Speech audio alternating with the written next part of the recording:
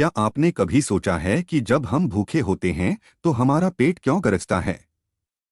चलिए समझते हैं। जब हम खाना नहीं खाते तो हमारा शरीर एक सिग्नल भेजता है जिसे हम ग्रेलिन कहते हैं।